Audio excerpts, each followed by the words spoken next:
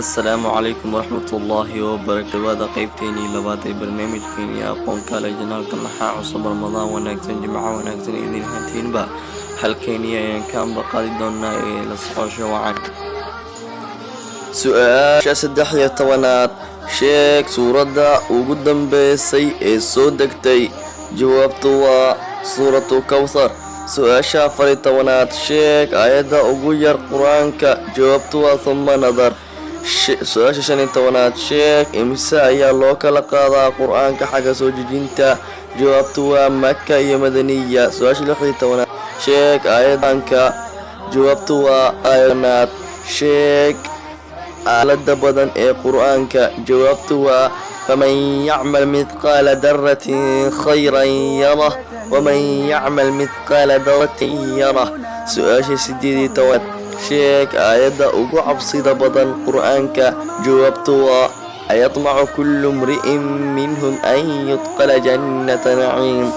su-aasha 19aad sheeg aayadda ay ku jirto ilmo nebi been ay sheegeen jawaabtu waa wajamiisihi min kadib qaala bal sawalat lakum anfusukum amraa fasabrun jamiilun wallahu almustacaanu calaa maa tasifuun.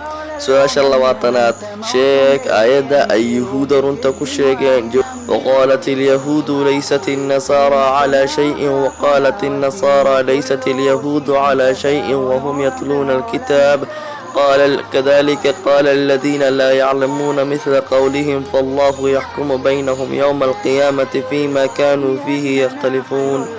su-aasha 21aad sheeg aayadda alle nafsad ahaantiisa kaga hadlay jawaabtu waa wamaa khalaqtu insa ilaa liyacbuduun. su-aasha 22aad sheeg aayadda ay ku jirto hadalka malaa'igta jawaabtu waa qaaluu subxaanaka laa cilma lanaa ilaa maa callamtanaa قالوا سبحانك لا علم لنا إلا ما علمتنا إنك من حكيم. سؤال 23aad sheeg aayadda ay ku jirto hadalka ahlu naarta bana akhrijna minha fain cudna fainaa zaalimuun. su-aasha 24aad sheeg aayadda ay ku jirto hadalka ibliis jawaabtu waa qaala ana khayrun minhu khalaqtanii min naarin wakhalaqtahu min.